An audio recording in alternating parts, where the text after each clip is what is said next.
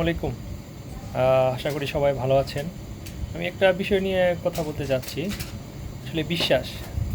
বিশ্বাস এমন একটা বিষয় যে সব কিছু ভুলে অ্যাভয়েড করে যাকে বিশ্বাস করা যায়, আসলে এটাই বিশ্বাস। তো বিশ্বাস কাকে করবেন? যাকে বিশ্বাস করবেন সেই আপনাকে ঠকাবে।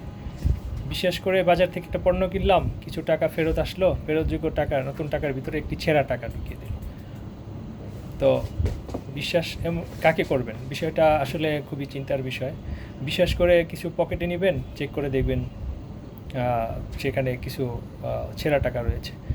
তো বিষয় হলো, যে কোনো কাজই করবেন না কেন দেখে শুনে বুঝে করবেন।